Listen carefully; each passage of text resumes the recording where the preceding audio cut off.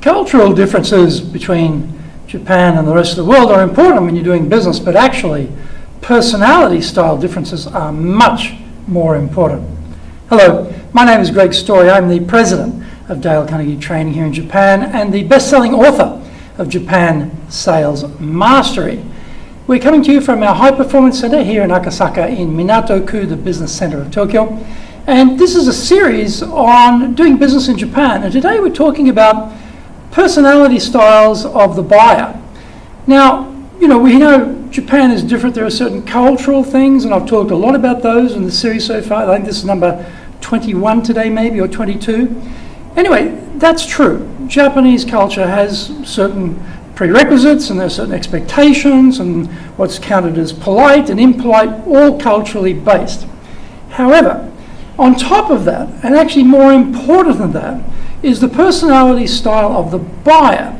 And this becomes very important in communication. Now, you're not going to change your personality style.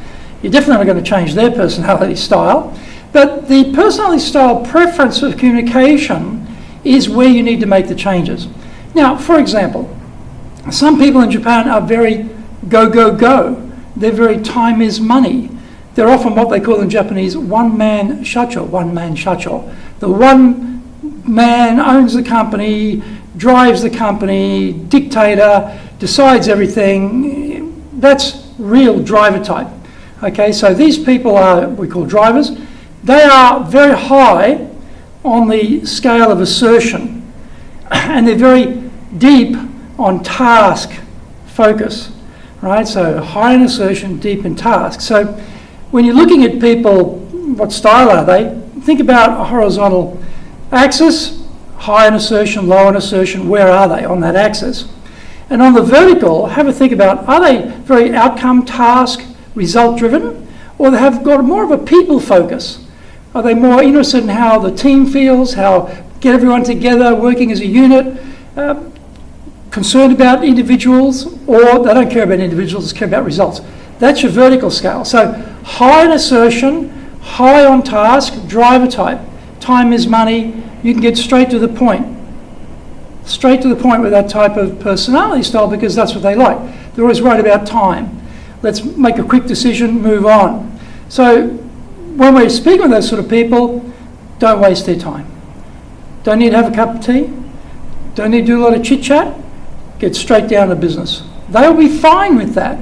Yes, they're Japanese, but their driver personality style overrides that Japanese cultural aspect in many, many ways. The opposite style is what we call the amiable style. So they're low in assertion terms, but they're high in people terms. These are the glue of your organization. You've had the meeting, there's been a bit of a robust discussion. They're the ones who go around to the people in the meeting and say, are you feeling okay? Yeah, I really liked your point. Yeah, it's really important we work as a team. They want to glue everyone together. They're very focused on the people aspect of the business. Outcomes are outcomes, but the people are very important from their point of view. Now, when we're speaking with those sorts of people, we've got to drop the voice. We've got to drop the energy. Don't stand too close. Calm, calm, calm. And we have a cup of tea, and we get to know each other, and we build a trust, and we do that in a very calm, collected manner.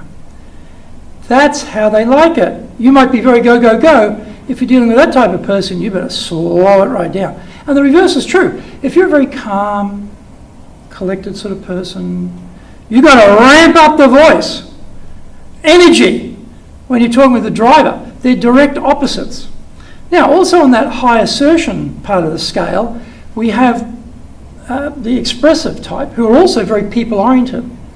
These are often salespeople, trainers, okay, actors, actresses. They like people. They're assertive. They like being with people. They get a lot of energy from people, and they're also rather big picture types. They don't like the detail. No salesperson enjoys doing the CRM. Filling out the details of the meeting and the CRM and all that sort of stuff that the marketing department absolutely is begging for. Salespeople don't do that. Don't bug me with the details. Don't slow me down with the minutiae. I want to be with the people. I want to be sitting in front of the client. I don't want to be sitting here filling out stupid forms. That's your classic salesperson. big picture, expressive type, don't like the detail.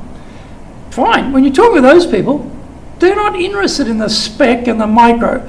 Give them the macro, where we're going to be with this, how fantastic it's going to be, what the team will be doing in the future. That's where they're interested. They want to go there. The opposite, low in assertion terms, very much task outcome focused, analytical types. 3 decimal places is no problem for them. They like that degree of data clarity. They want proof. They want testimonials. They want evidence. They want detail. They want lots of detail. So for them, this sort of big picture stuff, it's flaky, it's airy, it's not based in any reality. Don't give me that hocus pocus about the future. I want to know the detail right here, right now. So when we're talking to that sort of person, we better come armed with lots of information. We better know our detail. We better have the spec, everything very, very, very carefully calculated to show them 3 decimal places type of idea, right? So if you're dealing with that sort of person, that's how you've got to approach them. Now, your personality doesn't change. You're the same person, but your style of communication has to change, because you might be an analytical type yourself, right? You enjoy that. When you meet someone who's an analytical type, hey, this is good. You know, we get on well together. We're in sync. You know, I really like that person. Those big picture types, don't like them too much. Those driver types, getting sunburned from all the energy there. No, you've got to change. You've got to change your communication style to what they like. If you only want to sell or be successful with 1 in 4 people, just be yourself and don't change no matter who you're talking to, because 1 in 4 will be like you, it'll be good. The other 3, they aren't going to get it. They don't like you. They don't identify with you. They don't like your style. They can't communicate with you. They don't feel anything in sync with you. Very, very simple. Same personality, but you adjust your communication style to suit their preference. And you'll know.